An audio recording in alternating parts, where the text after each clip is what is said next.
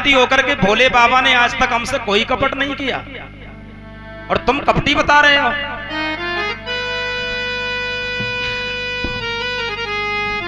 नारद कहने लगे मैया हमसे क्या कपट करेंगे भोले बाबा, उन्होंने तो तुमसे ही कपट किया।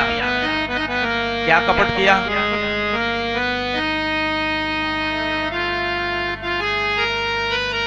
नारद कहने लगे मैया अगर कपट नहीं करते भोले बाबा तो ये बताओ, भोले बाबा के गले में जो मुंडों की माला पड़ी हुई है कभी बताया तुम्हें वो सर किसके हैं?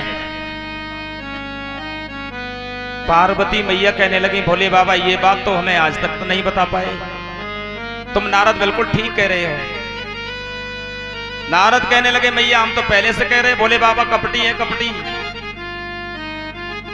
और इतना कह करके चले, भोले बाबा की आंखें खुली। नारद कहने लगे बाबा पर्वत पे चले जाइयो मैया बुला रही हैं। और भोले बाबा ने जैसे ही नारद को घर से जाते हुए देखा समझ गए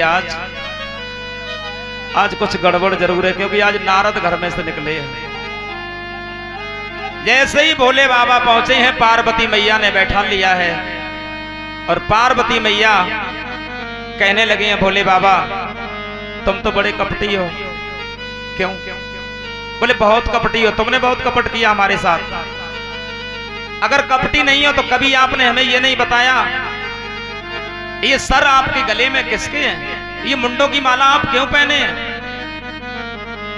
भोले बाबा कहने लगे पार्वती तुम हमें कपटी बता रही हो, हम तुमसे इतना प्रेम करते हैं कि तुम जब जब मरी हर बार हमने तुम्हारा सर काट करके इस माला में डाला है और तुम हमें तो कपटी बता रही हो।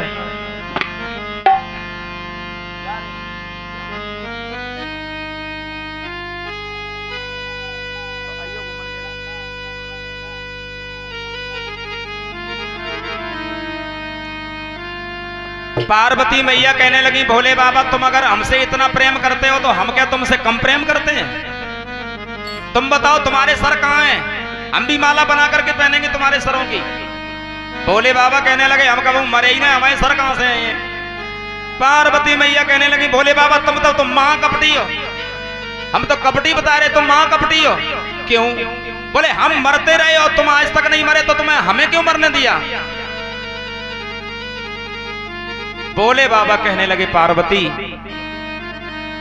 अमर होने के लिए अमर कथा सुनी जाती है, तुमने आज तक अमर कथा नहीं सुनी है और अगर मरना नहीं चाहती हो तो अमर कथा को सुनना पड़ेगा।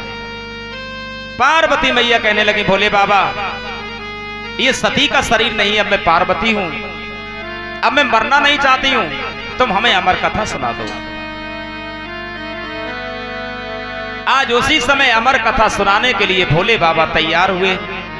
कैलाश पर्वत पर ताली बजाई है, जितने भी पक्षी कैलाश पर्वत पर बैठे थे सब उड़ गए, जिनके पर नहीं थे उनके पर निकल आए। दूसरी ताली बजाई है, सब बच्चे उड़ गए। एक गंदे अंडे में भी बच्चा बनकर के तैयार हो गया। और तीसरी ताली जब बजाई है कैलाश खाली हो गया, उस गंदे अंडे से भी बच्चा बाहर आ गया लेकिन उड़ नहीं पाया। अब भोले बाबा अमर कथा सुनाने के लिए तैयार हुए।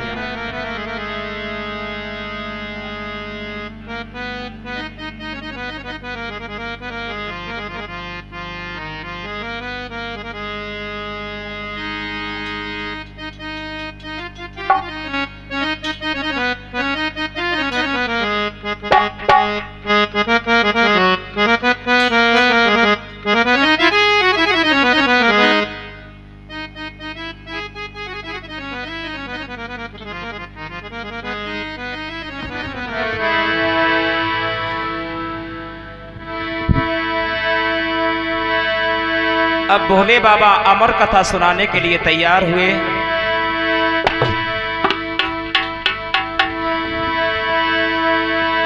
तो अमरे सुना थो की अमर कथा, और जब कही सुनी थी पार्वती,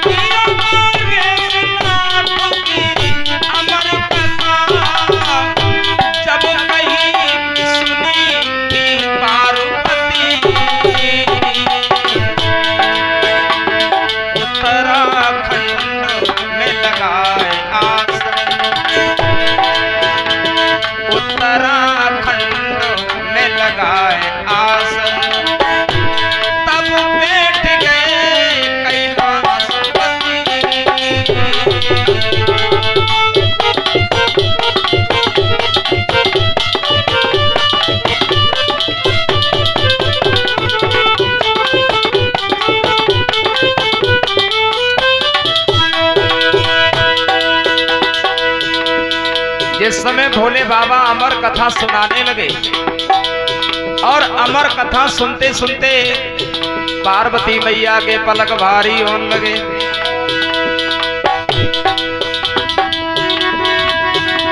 भोले बाबा ने ध्यान मगन होकर के कथा सुनाई है और आदि कथा को सुन करके सुन करके तब नींद पिया को आई है।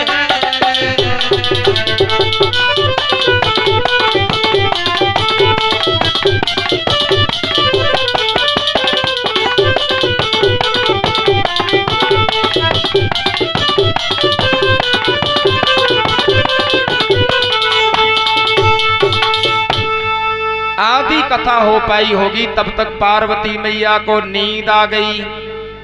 सती के पड़ गए सोता और हुंकारा दे रो तोता। वही तोता हुंकार भरने लगा।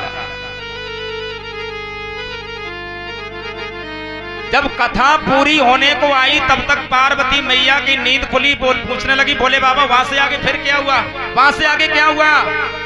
भोले बाबा कहने लगे वहां से आगे क्या हुआ, तुम कहां गई थी? बोले हम तो सो गए थे। सो गई थी तो फिर हुंकार कौन दे रहा था? पीछे मुड़ करके देखा तो वो तोते का बच्चा उड़ करके भाग खड़ा हुआ, भागता हुआ जा रहा है। पीछे से क्रोध में भगवान शंकर त्रिशूल लेकर के भागते जा रहे हैं और उधर व्यास जी की पत्नी अरड़ी देवी मासिक धर्म से निवृत्त होकर के नहा करके केस सुखा रही थी। उसी समय उनको जमुहाई आई, मुंह खुला और वो तोते का बच्चा सीधा मुंह में प्रवेश कर गया और मुंह के रास्ते से गर्भ में चला गया।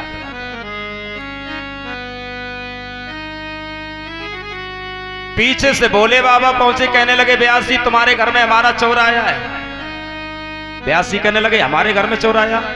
कहां है? बोले तुम्हारी पत्नी के पेट में। व्यास जी ने समझाया भोले बाबा जिसने अमर कथा सुन ली क्या वो मर सकता है? और अगर मारना चाहते हो तो अमर कथा के प्रताप को खत्म कर दो, उसके प्रभाव को नष्ट कर दो, मार दो। अमर कथा तो अमर होने के लिए है, तुम कैसे मार सकते हो? व्यास जी के समझाने पर भगवान शंकर वापस चले आए। ये तोते का बच्चा अरड़ी के गर्भ में 12 साल तक रहा। अरड़ी को परेशानी जब होती है तो व्यास जी ने कहा है कि बेटा बाहर आ जाओ, तुम्हारी मां को तकलीफ हो रही है। गर्भ से आवाज आई है पिताजी मैं बाहर नहीं आऊंगा, क्योंकि विष्णु की माया हमें परेशान करेगी। जब तक भगवान विष्णु हमें वचन नहीं देंगे तब तक हम बाहर नहीं आएंगे।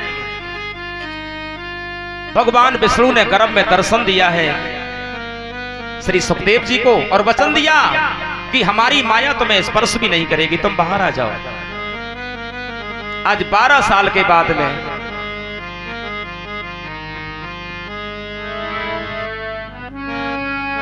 तो जन्म लियो सुखदेव ने बेनरा लपेटे अंग, भाग चले पनखंड को लगे व्यास जी संग।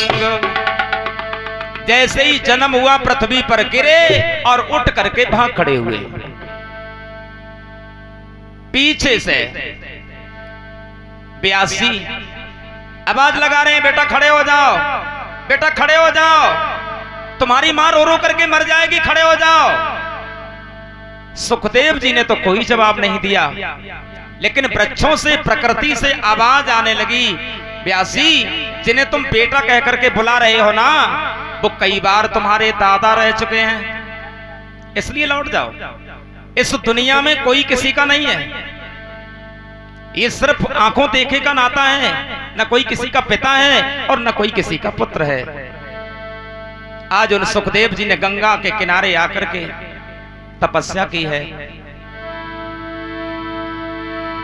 भाई सुखदेव जी कथा सुनाने के लिए आ रहे हैं 88,000 ऋषियों के बीच में। जब श्री सुखदेव जी ने प्रवेश किया 88,000 संत उठ करके खड़े हो गए।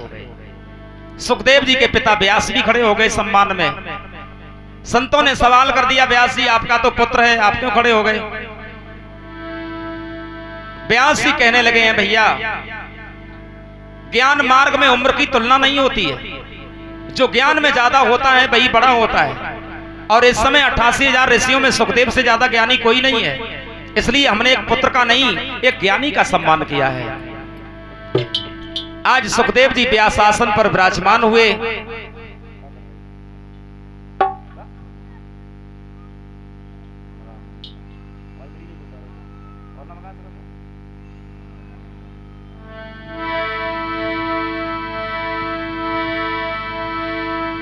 व्यास आसन पर जब विराजमान हुए श्री सुखदेव जी कहने लगे, परीक्षित कहां है?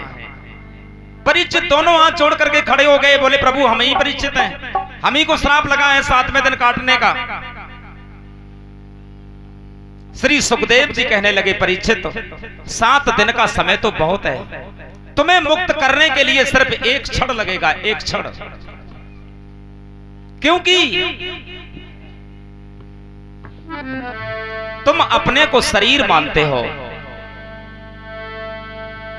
जबकि परीक्षित ये तुम्हारा शरीर है, तुम शरीर नहीं हो। तुम शरीर में रहते हो, ये तुम्हारा शरीर है, तुम शरीर नहीं हो। अब हम लोग पांडाल में बैठे हुए हैं, तो क्या हम पांडाल हैं? पांडाल तो नहीं है, पांडाल में बैठे ही तो हैं। इसी प्रकार हम शरीर में तो रहते हैं, लेकिन हम शरीर नहीं हैं, ये हमारा शरीर है। तो फिर हम क्या हैं? श्री सुखदेव जी समझाने लगे, परीक्षित महाराज, गोस्वामी तुलसीदास जी ने भी लिखा है रामायण में, ईश्वर अंश जीव अविनाशी,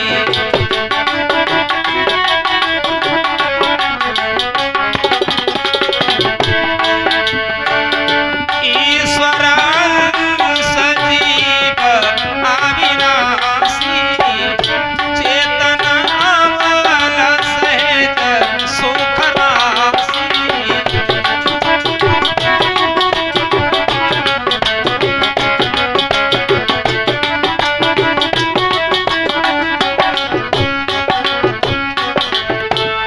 ईश्वर अंश जीव अविनाशी, चेतन अमल सहज सुख राशि। सुखदेव जी कहने लगे, परीक्षित तुम तो आत्मा हो, अजर अमर हो, अविनाशी हो, तुम्हारा किसी भी काल में नाश नहीं होता। तुम अपने को शरीर मानते हो, बस यही भ्रम है कि हमें तक्षक काट लेगा। तक्षक अगर आएगा तो तुम्हारे शरीर को काटेगा, तुम्हें तो छू भी नहीं पाएगा, स्पर्श नहीं कर पाएगा, क्योंकि तुम आत्मा हो। आत्मा को पानी गला नहीं सकता, वायु सुखा नहीं सकती, अग्नि जला नहीं सकती है। इसलिए ये भ्रम खत्म कर दो कि हमें तक्षक काटेगा। और तुम्हारे शरीर से जो पाप हुआ है, भगवान की निर्मल गाथाएं सुनो, ये पाप भी जल करके खत्म हो जाएगा। आज कथा सुनाने लगे श्री सुखदेव जी महाराज परीक्षित को, बताने लगे हैं महाप्रलय के बाद जब संसार में कुछ नहीं था, अखंड ज्योति के द्वारा एक शब्द निकला, वो शब्द ही ब्रह्म था। अंग्रेज विद्वान कहता है, in the beginning was the word was with God. शब्द और ब्रह्म में कोई अंतर नहीं था। शब्द के द्वारा भगवान विष्णु का प्राकट्य क्षीर सागर में हुआ, शेषनाग की सैया पर, और विष्णु की नाभि से कमल उत्पन्न हुआ, उस कमल पर ब्रह्मा जी का प्राकट्य हुआ। अब ब्रह्मा जी ने देखा जल के ऊपर संसार में कुछ नहीं है, चारों तरफ जल ही जल है, तो फिर हम कहां से आए? कमल की डंडी को पकड़ करके जल में चलने लगे, 100 बरस तक चलते रहे, लेकिन जड़ तक जब नहीं पहुंचे तो भयो नाभि से कमल, और जन्म तब ब्रह्मा ने लियो।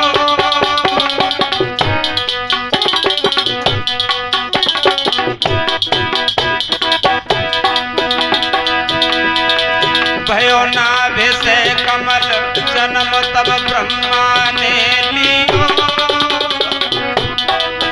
और महाप्रलय के पवन देख के कांप गयो हियो। भैया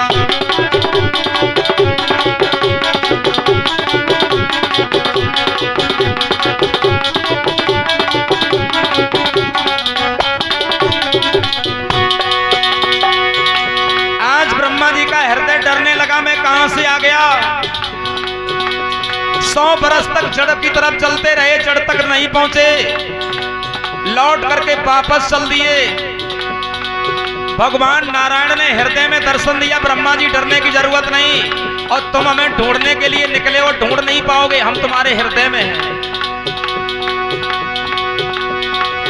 तुम तप करो, तप करो। आज उसी समय ब्रह्मा जी ने अरे बैठ तप कमलई पैगी, और तप तप भैया आज ब्रह्म ने अचरज लखी।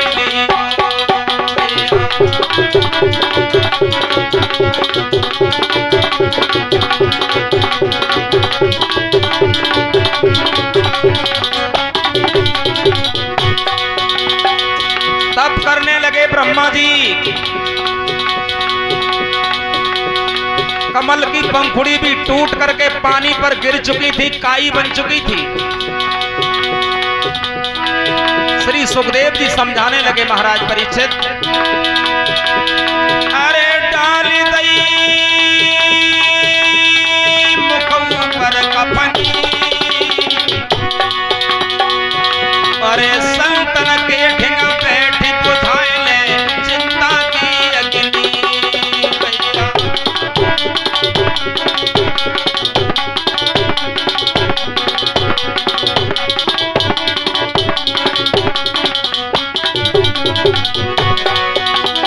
अरे पड़े गो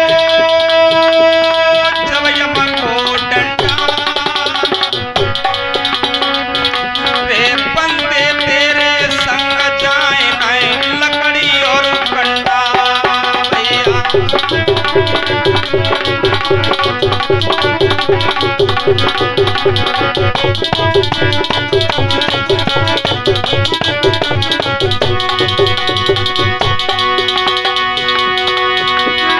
अरे सजेगी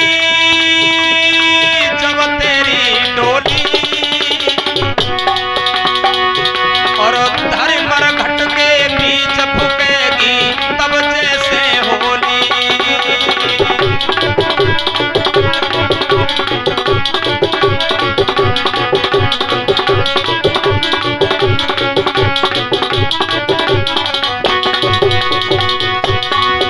क्षणभंगुर जीवन की कलिका कल प्रात को जान खिली न खिली। मलियागिरी की सुचि शीतल मंद सुगंध समीर चली न चली।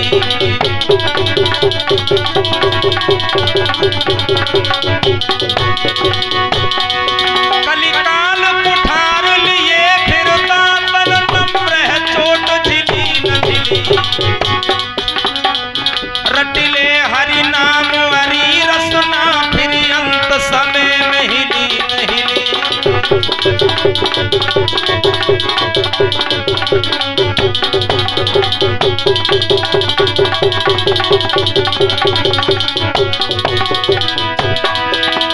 अरे हरि हर बोलो मेरे भाई, और कर्म लेखना मिटे करो जाए लाखों चतुराई।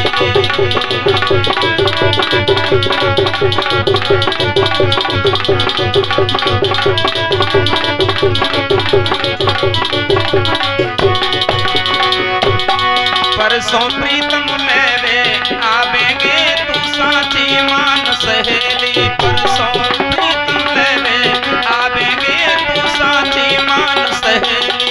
परसों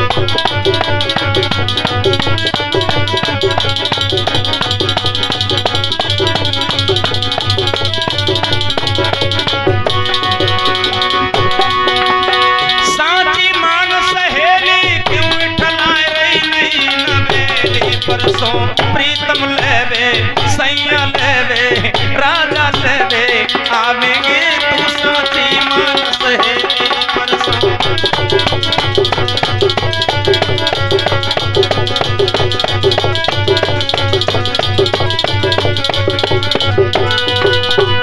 आज श्री सुखदेव जी समझाने लगे हैं महाराज परीक्षित, ब्रह्मा जी ने जब तप किया है तो आकाशवाणी हुई है, ब्रह्मा जी सृष्टि की रचना करो। आज उसी समय ब्रह्मा जी ने सबसे पहले 5 तत्वों का निर्माण किया। पृथ्वी, जल, आकाश, वायु और अग्नि। 5 तत्वों का निर्माण करने के बाद में सबसे पहले 4 पुत्रों की रचना की, सनक, सनंदन, सनातन एवं सनत कुमार। ये ब्रह्मा जी के मानस पुत्र हैं, जो सृष्टि में ब्रह्म का प्रथम अवतार माना जाता है। चारों जब पैदा हुए, दोनों हाथ जोड़े कहने लगे, पिताजी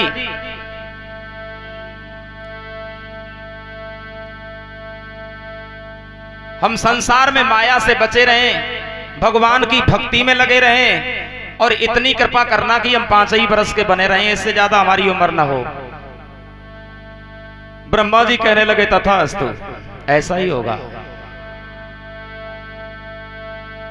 ब्रह्मा जी सोचने लगे, हम तो सृष्टि को आगे बढ़ाना चाहते हैं और ये लोग भजन करना चाहते हैं, तो सृष्टि कैसे आगे बढ़ेगी। क्रोध में भौएं खिंचवाई।